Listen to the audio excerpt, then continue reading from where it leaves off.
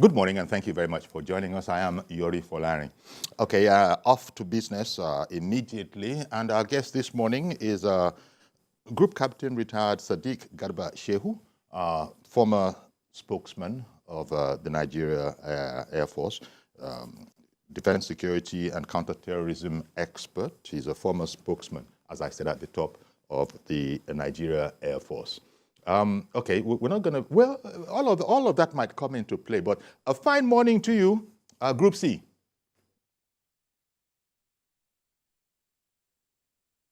Okay, we were speaking just a moment ago. Good morning, Group Captain Shehu.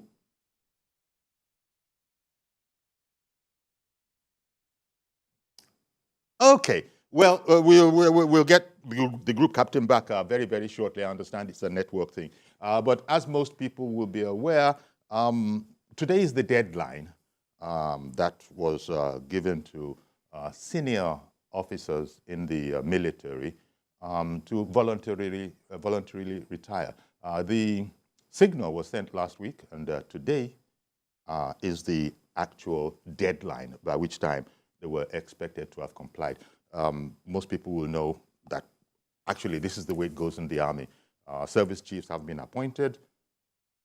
You can't really have people that are senior to them in service, in rank. And so those people have been asked to, voluntarily retire. In fact, even before today, before we're talking about it today, there were some news items about packages that were being put out for some. But we'll be talking with the group captain about this phenomenon. It's, I suppose, I don't know, it might be that way in life, but in particular with the military, and I heard Group Captain Shehu speak about it one time. He was talking about the military pyramid. And, at the very top there, you can't have anybody below those ranks of all the service chiefs who actually might be senior to them in the NDA course or even by rank or that kind of thing. As you know, yes, a general is a general, but then a general isn't a general. Some generals would have been generals, and then maybe 2-3 years later, some other person will become a general as well. I understand that within the military, they informally take account of such things, and they matter when the time comes. In the National Assembly, we hear about ranking senators, even though a senator is a senator. But we still hear about ranking senators. So as soon as we can get Group Captain Sadiq Garba Shehu back, we'll talk about this issue. And if we can't, maybe we can talk about it among ourselves, pending when we get the Group Captain back on. So this, I've heard it said, and I don't know what your thoughts are on the matter, I've heard it said that, well, Nigeria with about 300 odd such senior ranking officers, it makes the job of the president, whoever is the new president, as in this case, President Bola Tinubu, it makes the job a bit the opposite of, well, a bit unwieldy. So if you have 300 generals to choose from, I'm talking about all of the services now, even though people tend to think of Army, general, a general in terms of the Army, but there are equivalent ranks. So all of those people have to go. And when you have about 300 of them, then it's tough. So this is a military convention, but it also, that might be worrying to some. Someone has called in, King of Boys. Did I get that right? Good morning to you. Yes. Okay, good morning in Ore. Yes. Okay, go ahead. What did you want to say about the topic? The topic online about the military order generals to retire said deadline. Today is the deadline. The 3rd. Today By now, deadline. everybody is supposed to have put in their resignation. Yes. Okay. Go ahead, it's a please. welcome development. Okay. All what was set down for them should be put in place and make sure they enjoy their retirement benefits. Okay. Are you hearing me? Are you hearing me? Yes, please. Carry on, please. We are hearing you. their retirement, according to what we see at this military orders general to retire, set deadline. The deadline is today or tomorrow. Today, the 3rd of June. All the generals retired or the military officers retired should be given their benefits on time. We should not allow them to just go like that without making sure they are all settled. Okay, indeed. That is my take on it. All right, then. Thank you very much, King of Boys, for calling in with that from Ore. But I would have taken that as a given. I mean, I would have taken that as a given now that the order has been made. Of course, what you've just said, I think it goes without saying that the right thing will be done. But they have, concomitant to this particular point, I've been hearing commentaries that perhaps Nigeria has too many of those, perhaps Nigeria has too many of those high-ranking, those ranks, those kind of ranks. But I'm happy to say that Group Captain Sadiq Garba Shehu, retired, is back online now. Well, once more, good morning to you, Group Captain. Good morning, Yuri. Okay, then. Okay, great. Yeah, we actually, because of the technical glitch, we actually started and we didn't get, right now, the much that we have been able to get was a caller who called in, and his concern was that those military officers that have to retire should be settled with their dues, and that that shouldn't be longer. So I was just saying that, I take that for granted. Now, but the question, maybe the way to start on this particular conversation with you, Group Captain, is I think you've made the point elsewhere that, look, having about 3,000 generals rank across the services to choose from.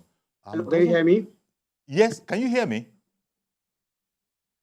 I didn't get a question, please. You okay, okay. Let me just let me try again. I think I've heard you say elsewhere that it's a problem in itself having about 3,000 officers of that rank.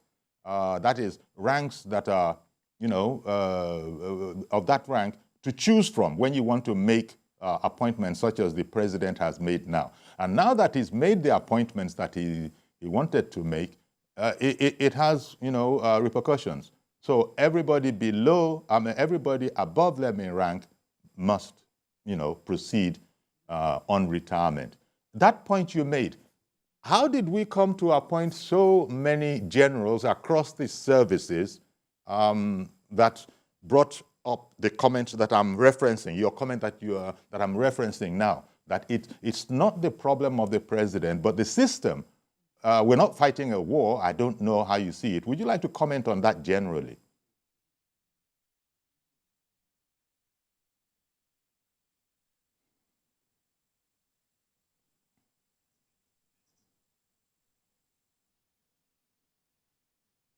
Oh, okay. I can see that there's still a problem, but Bishop, did I get that right? Is it Bishop Best? Is Bishop Best? Okay, Bishop Best from Port Harcourt. Good morning to you, Bishop. Yes. Yeah, good morning. Please go ahead now.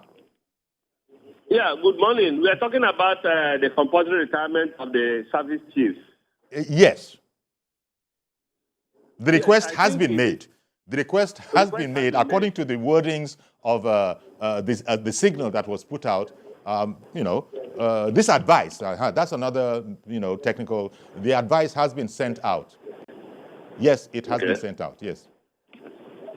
So I think it's the best call for the president. It's his best call for the military, because I think we're talking about the level of corruption that's eating up Nigeria in all sectors.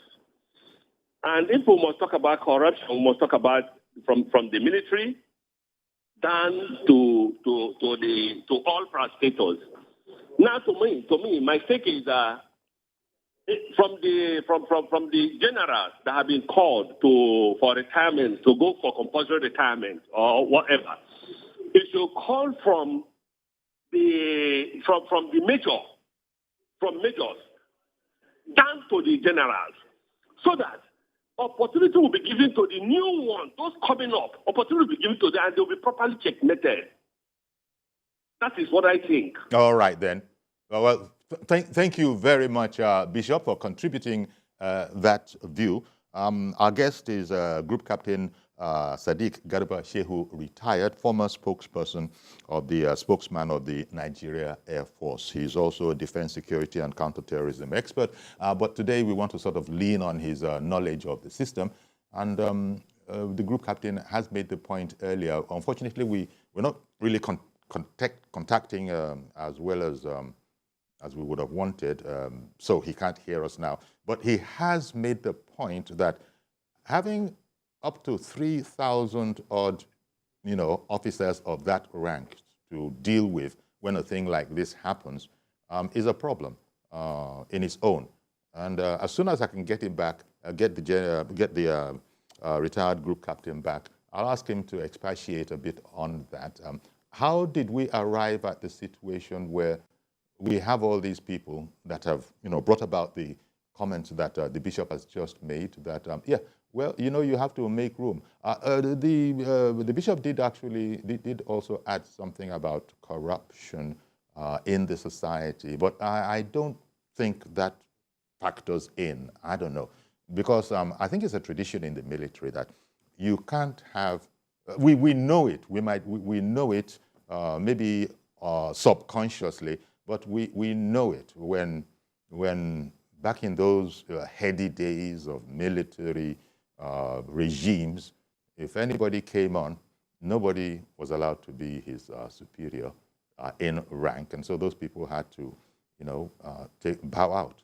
So we have a similar kind of a situation. We've been talking about the pyramid of command. As soon as we get back, Group Captain Sadiq Garba Shehu, we'll continue with that. But in the meantime, Mr. George has called in. Good morning, Mr. George.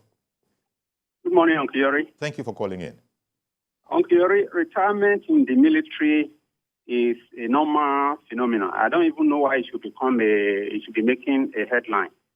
If you are a major general or those in that cadre of the military, you should know that you are in the evening of your career.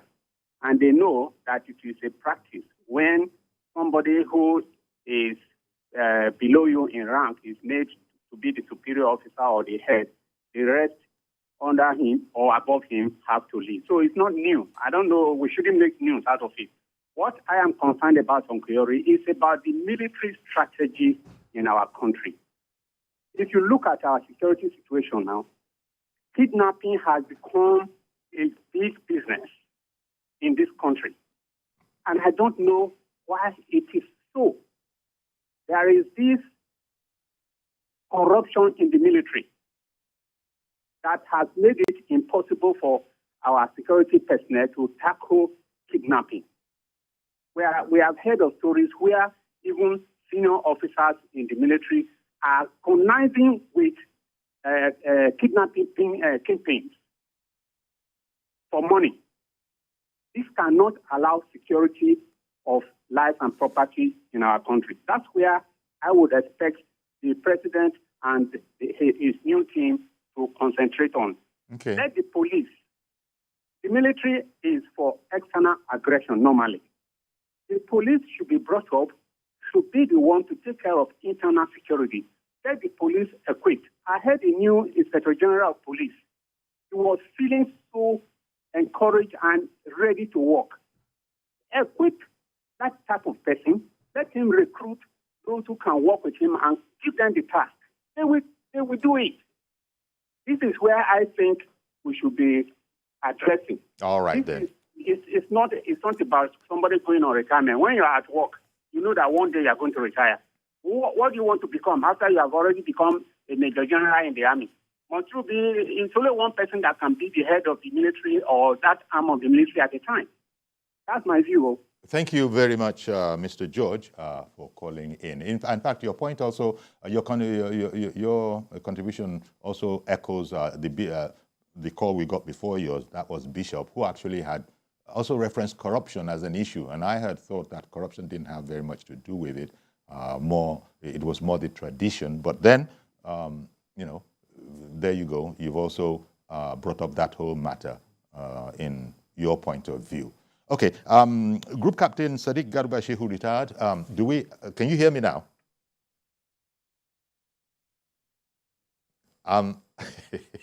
Is it going to be one of those kind of Mondays? Group Captain Garba Shehu retired. And so as not to confuse it in the minds of some, let me add Sadiq at the beginning. Group Captain Sadiq Garba Shehu retired. Can you hear us? Okay, not so. Yes, Mr. George, that caller was making the point that this is the end of any service.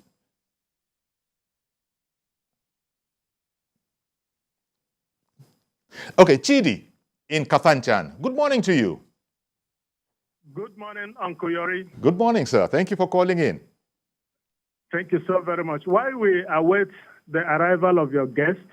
He's here already. He's technical. It's all right. Now, concerning the military arrangements, I would want a situation where their disengagement follows with due practice, particularly the generals. As Mr. George has said earlier, all that George said are in line. But I would equally add that let the armed forces be properly shaped, fixed in such a way that they can be able to stand for external aggression, number one, and to contain the internal security challenges that our country are currently facing. Not where so many of these people who feel they are advantaged will be engaged in businesses where they are not supposed to be doing businesses.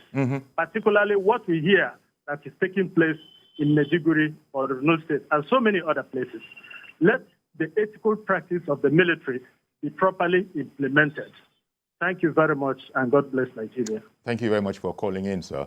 In any case, as soon as we get our guest, Group Captain Sadiq Garba Shehu, retired back, he'll be speaking about the military aspects of this conversation. But one imagines that all of these generals that have to retire now because of the convention, I suppose they'll be on something called the reserve list. All of these people are still going to be useful to the country. But I take the point that's been made severally now, even though we haven't got halfway through the program. The point has been made severally that all these senior officers that have had to retire, voluntarily retire, today is the deadline, and some have actually begun the process before today, that all of these people, they're not exactly geriatrics, so they still have a lot of productive life left in them. And in that connection, people have spoken about their benefits. Just let their benefits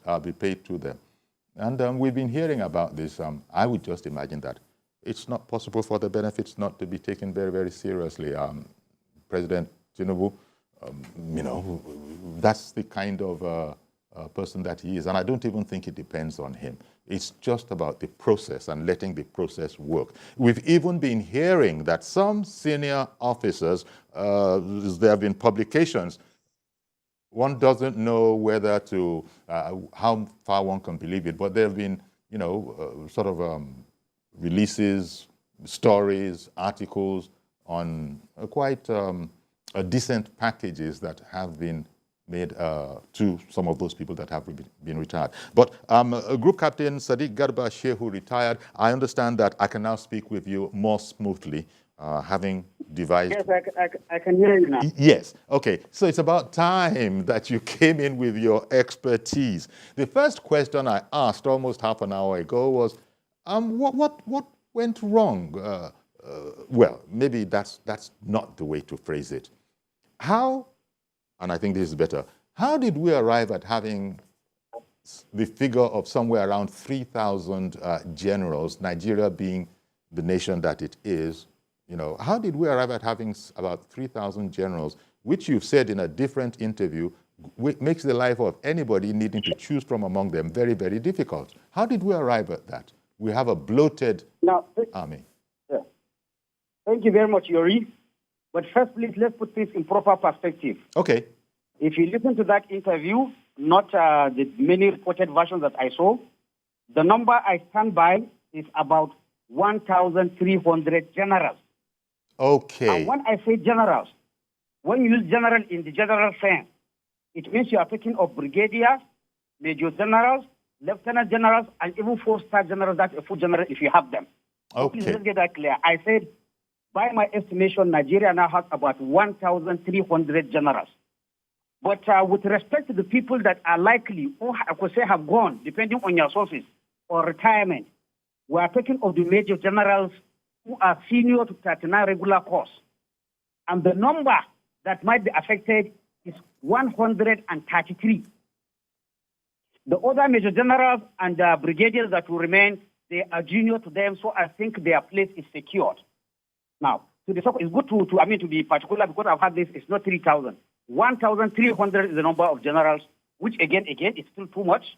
And then the people going for retirement potentially are 133.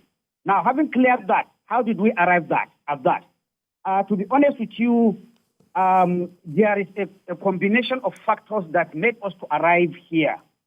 First, I will stand that the number we have for a size of military that is about 223,000, according to the figures that were given by the last Minister of Defense, to have 1,300 generals across the three services is just too much. But how did we get to that number? Yes. This is as a result of over many years. The promotion process has not been adequately supervised by the ministry, or I could say Minister of Defense. In a democratic setting, there's what we call democratic control of the armed forces. There are two theories to that. When things concern purely operational matters, the civilian political masters should leave the military to take charge. Like who is the commander of here, who is the commander of that, the political masters may not intervene. However, how the military is shaped, how they are funded, what kind of war they fight, that one is completely the political master that will decide that. What do we have? Over the years, the issue of promotion has been left to the exclusive, preserve of the services. Being that is the case, the Ministry of Defense, even though there is supposed to be a layer that will filter, what I find in my research is that filter has not been working. Because the Minister of Defense is supposed to look at the government interest. He has a larger strategic view. While the military services would only look at things purely based on military expediency, the minister, on the other hand, is supposed to look at what can our economy carry, what is our international relations, what kind of neighbors, and from that, he will be able to shape and advise the president on the number of troops. And when you say number of troops, it means down the line, from the private up to the general, how many do we need? For every promotion cycle, the minister is supposed to intervene, whether this number, in fact, ideally, he's even supposed to give them numbers. Army, give me this number of major generals. Air Force, give me this number of air vice marshal. Navy, give me this number of rear admirals. But honest, that is not what is happening. The services carry their list, whether it is too big or it is too small for the economy or for operational reasons, and then the minister just stamps it, and this is where we arrive. Why do I say this? In all military doctrines, the military institution is supposed to be a pyramid. And the pyramid starts working right from how many cadets are you going to produce in NDA to become a second lieutenant. Because you have a number that you want to arrive in, so you have to work backward. From NDA, cadets graduate, they come with their one PIP, that is second lieutenant. Promotion to second lieutenant is almost automatic, unless somebody has serious disciplinary case or in case of death, which might happen. But ideally, all the people that came out as first lieutenant will become second lieutenant. But from second lieutenant to captain, you start minding how that pyramid is maintained. It is a selection process based on so many factors: exam, personal qualities, comportment, discipline. By the time this set of officers, whatever set comes out AJ, they are moving from lieutenant to captain, about 20% will drop. You will have like 80% of the original set. When they move from captain to major, you will be thinking of around 70% of them will survive. By the time you go to lieutenant colonel, you are taking to 60. By the time you go to colonel, you are taking about 50%, ideally, in order to maintain that pyramid. 50% are remaining. Now, the greatest filter should come from colonel to brigadier, where you should be looking for maximum 5%, or if very 10%. But from brigadier to major general, which ideally should supposed to be the pinnacle of somebody's career, you should be taking of maximum of 3% of any set that passed out of NDA. It should be that number. But over the years, with due respect, due to lack of putting eye on that promotion, we've had courses that have produced 44% of them becoming major general. So even if you stop at that course, are going to have a problem with that course. You are going to have a problem because you didn't mind that distance. And apart from wastage of money, you may not find place where to post this officer because you have more than the establishment. So what happens again? The next wastage is that you'll be trying to create unnecessary units so that you can insert those officers. But in the long run, we have to know the issue of defense or security is also an issue of economy. There is, in defense planning, what we call the guns versus butter debate. The guns means how much am I going to spend on security? How much am I going to reserve for the other butter, like roads, like health? That's what is termed as butter. So for the political mind, from the Minister of Defense up to the President, he has the whole picture. Like I said, the military man might just be involved that I want this number. He may not factor in the economics. You have to think why you are putting these people in the barracks. So to be honest with you, because of that lack of, putting on eye, that is how we arrive at the number, which everybody will agree that for now we have too many officers. Now, sorry, can I just interrupt there because I have to go on a break? But thank you very much for putting things in perspective. The 3,000 figure that is being quoted as being affected, you said that your research indicates a number much lower than that. In fact, less than half of that at around 1,300. So stay with us, please. Yes. We'll be right back. Number of generals, not all of them going. Number of generals we have. Okay, generals that we have, but not all of them going. Yes. Okay. I'll be right back and we'll continue this conversation, sir. I'll be right back.